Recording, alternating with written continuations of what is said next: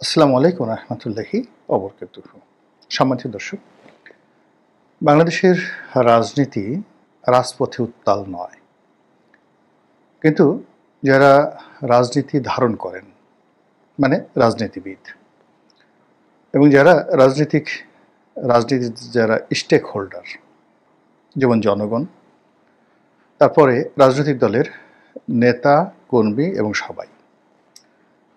অন্যদিকে যারা রাজনীতি নিয়ে কখনো মাথা ঘামান না, কিন্তু রাজনৈতিক অবস্থা ভালো থাকলে তারা ভালো থাকেন, আর রাজনৈতিক অবস্থা খারাপ থাকলে তারা খারাপ থাকেন।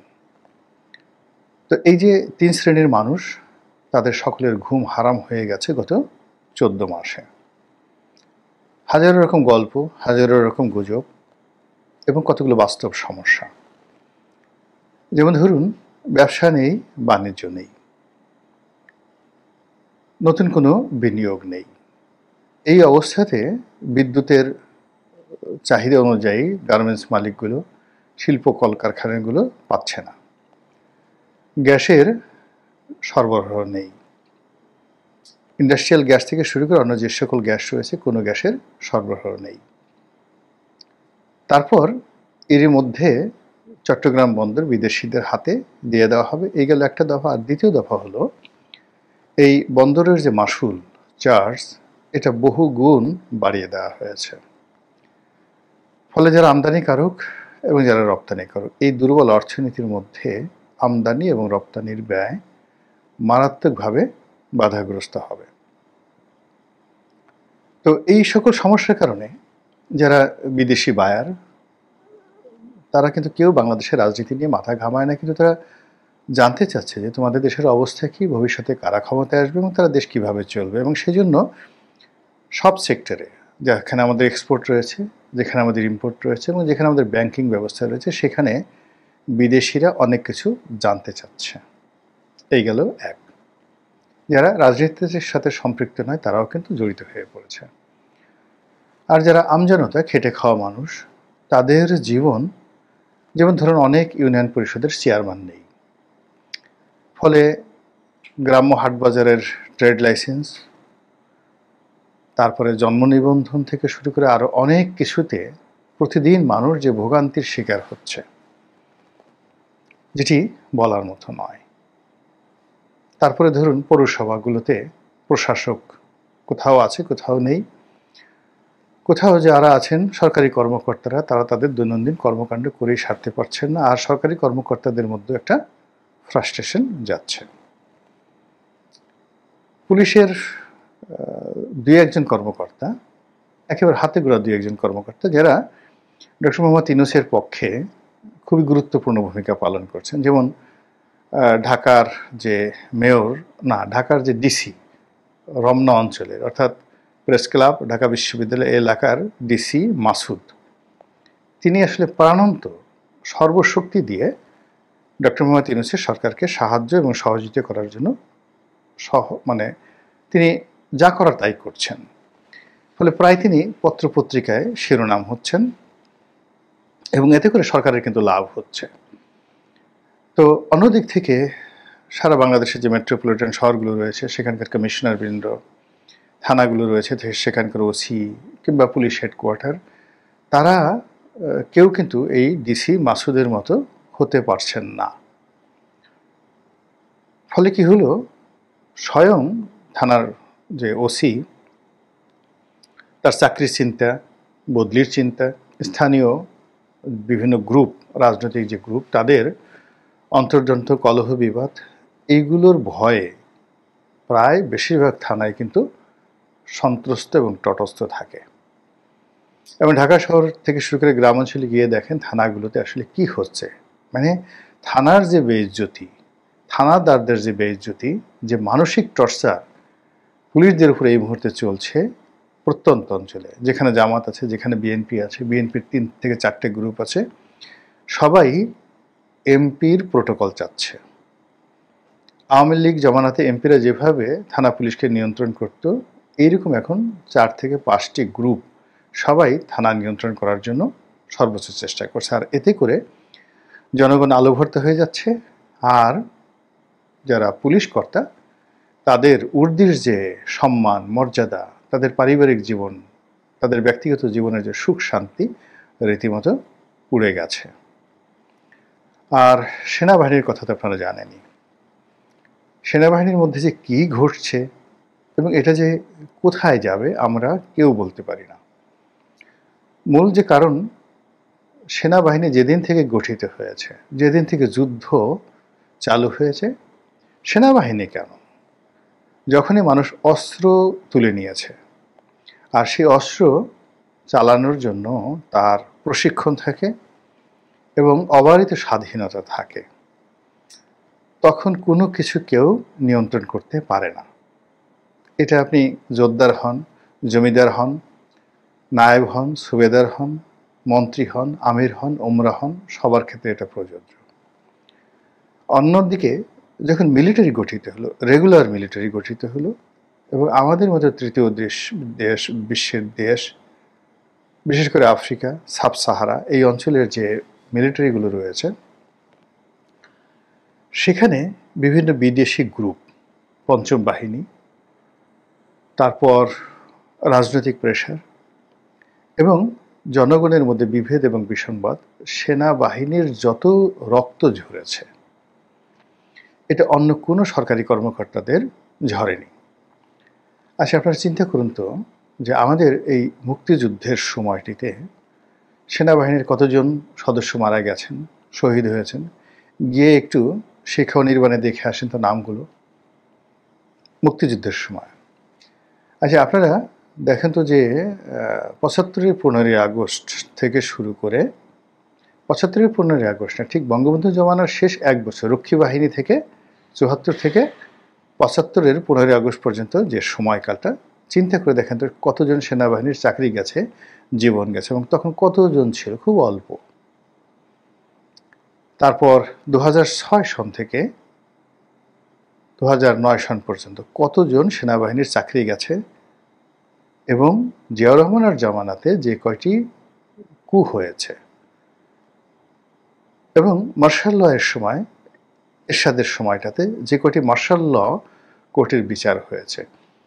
যদি আপনাদের কাছে তথ্যপত্র থাকে, গিয়ে দেখুন যে সেনাবাহিনীর অভ্যন্তরীণ বিরোধে কত মানুষের চাকরি গেছে, কতজনের জীবন গেছে, কতজন ফাঁসিতে চড়েছে অভ্যন্তরীণভাবে। আমরা সে খবর বাইরে জানি না। এখন যেমন দেখা গেল সিভিল কোর্টে ২৩ জন না ২৬ জন সেনা সদস্যর বা সেনা কর্মকর্তাদের বিচার হচ্ছে, এটি নিয়ে খুব হইচই হচ্ছে।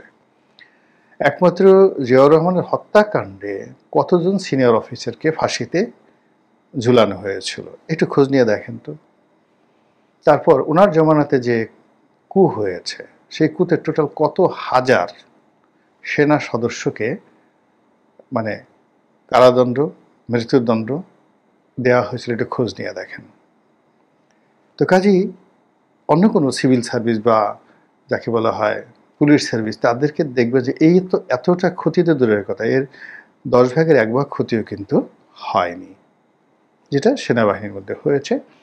এবং এখন সেই সেনাবাহিনীর মধ্যে অতীতের যে কোনো সময়ের চাইতে সবচেয়ে বেশি উত্তেজনা চলছে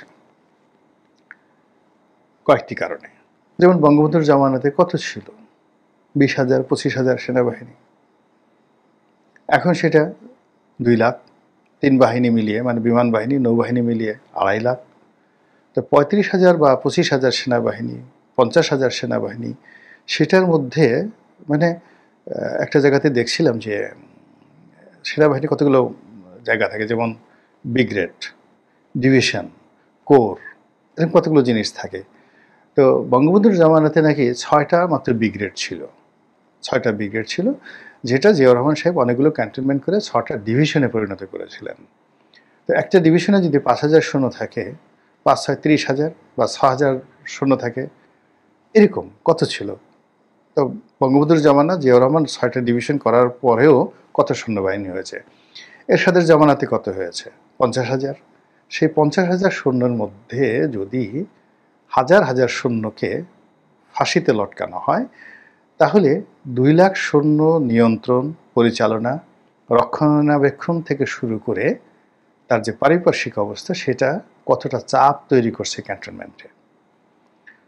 এখন সেনা সদস্যদের অর্থনৈতিক সঙ্গতি, অস্ত্র শস্ত্র গোলা বারুদ থেকে শুরু করে টেকনোলজি, এটা যেভাবে সংযুক্ত হয়েছে বাহিনীর সঙ্গে, তার সঙ্গে বিরোধ, বিসংবাদ, লোভ, লালসা এবং আমাদের যে দেশীয় রাজনীতির, নেতিবাচক রাজনীতির যে বিষবাষ্প, এটি থেকে ক্যান্টনমেন্ট বিমুক্ত হবে বা ক্যান্টনমেন্ট এটা থেকে আলাদা থাকবে, এটা হয় না।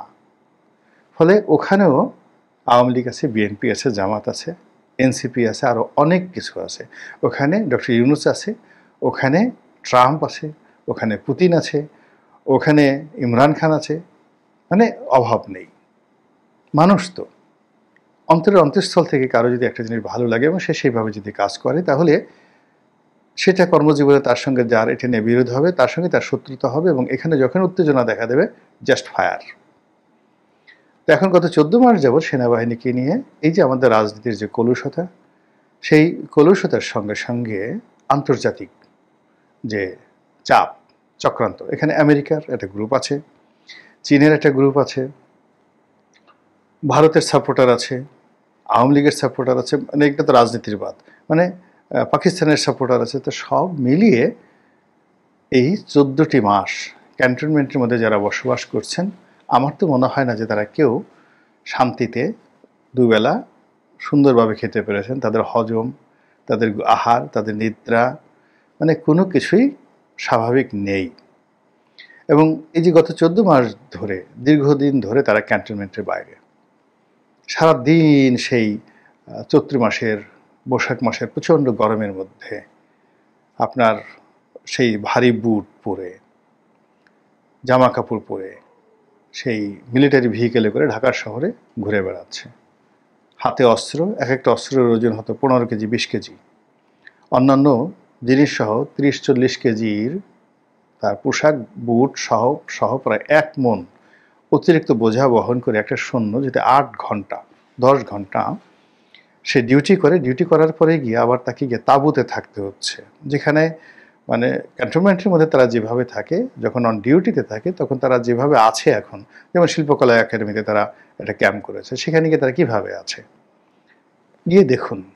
এতে করে তাদের যে শারীরিক মানসিক যে ক্লান্তি, এরপর তারা হয়তো 15 দিন এভাবে ডিউটি করে, আর একটা গ্রুপ আসে, এভাবে 14 মাস ধরে তাদের মধ্যে যে অস্থিরতা চলছে, সেই অস্থিরতার কারণে তারা, আমি মনে করি যে এখন অতীতের যে কোনো সময়ের চাইতে যাকে বলা হয় খুবই স্পর্শকাতর অবস্থায় আছে। এর মধ্যে দেশের বাইরে থেকে, দেশের ভিতর থেকে নানা রকম উস্কানি, এই কু হচ্ছে, এই কু করেছে, এই এলো, ওই ধরো, ও খারাপ, ও ভারতের এজেন্ট, ওকে মারো, ওকে ধরো, এগুলো রীতিমতো অস্থির করে ফেলছে, সন্তুষ্ট করে ফেলছে, ঘুম হারাম করে ফেলছে। আর এই ঘুম হারামের মধ্যেই আমাদের সামনে নভেম্বর মাস আসছে। আপনারা সিপাহী জনতার বিপ্লব নভেম্বর মাস 1975 সেই ঘটনা জানেন, কিন্তু যারা সিনিয়র সেনা কর্মকর্তা এবং ক্যান্টনমেন্টের বাসিন্দা, তারা 15ই আগস্ট থেকে নভেম্বর মাসের পুরোটা সময়, 7ই নভেম্বর নয়, জিয়াউর রহমানের ক্ষমতা গ্রহণ করার পরে পুরোটা নভেম্বর মাস জুড়ে সেখানে যে ভীতিকর অবস্থা ছিল, কলহ ছিল, বিবাদ ছিল, যে সুনামি ছিল, সব মিলিয়ে আমাদের যারা মিলিটারি প্রশাসন তাদের জীবন তামাতামা করে দিয়েছিল। দুর্বিষহ স্মৃতি। এবং এই নভেম্বর মাসটি সেনাবাহিনীকে কখনোই স্বস্তি দেয়নি। আমাদের সেনাবাহিনী 1971 সনের নভেম্বর মাস, যদি ধরেন 72-এর নভেম্বর মাস, প্রত্যেকটি বছরের নভেম্বর মাস তাদের জন্য স্বাভাবিক থাকে না। যেমন ডিসেম্বর মাসে 16 ডিসেম্বর তারা একটা অনুষ্ঠান করবে, কুচকাওয়াজ করবে, এই জন্য দেখা গেল নভেম্বর মাস থেকে তাদের দারুণ প্র্যাকটিস করতে হয়, শীতকালীন মহড়া। মানে এই নভেম্বর থেকে নেতিবাচক বলেন, ইতিবাচক বললেন, আমাদের সেনাবাহিনীর প্রচুর কাজ থাকে এবং সেই কাজের মধ্যে ত্রুটি হয়, বিচ্যুতি হয় এবং নানা রকম দুর্ঘটনা ঘটতে থাকে। এবং আমাদের জাতীয় জীবনেও, অর্থনীতিতেও এই নভেম্বর মাস টানাপোড়েনের মাস, ভাঙা গড়ার মাস। তো এখন ইতিহাসের সেই ধারাবাহিকতায় আমরা এই মুহূর্তে দেশি বিদেশি মীর জাফরদের কবলে পড়েছি। এই মুহূর্তে আমাদের অর্থনৈতিক সংকট সবচেয়ে চরমে। আমাদের এক্সপেকটেশন আকাশচুম্বী, আশা, স্বপ্ন আকাশচুম্বী, আর বাস্তবতা হলো একদম তলানিতে। ঠিক সেই সময়টাতে আবার অক্টোবর পেরিয়ে নভেম্বর মাস আসছে। আমেরিকান দূতাবাস কি করছে, যমুনা কি করছে, তারেক রহমান সাহেব কি করছে, তার সঙ্গে সঙ্গে দেশের বাইরে যারা ইউটিউবার রয়েছেন তারা কি করছেন, সব কিছু মিলিয়ে এভরি আওয়ার, প্রতিটি ঘন্টা আমাদের জন্য নিত্য নতুন আতঙ্ক তৈরি করছে। কাজে যারা সংশ্লিষ্ট ব্যক্তি আছেন, আমার পক্ষ থেকে দোয়া থাকলো, শুভাশিস থাকলো, ভালোবাসা থাকলো, সবাই ভালো থাকুন এবং সতর্ক থাকুন। আর আল্লাহ আমাকে সতর্ক থাকার, নিরাপদ থাকার তৌফিক দান করুন। আমি এই প্রার্থনা করছি, আপনারা দোয়া করবেন। আসসালামু আলাইকুম ওয়া রাহমাতুল্লাহি ওয়া বারাকাতুহু।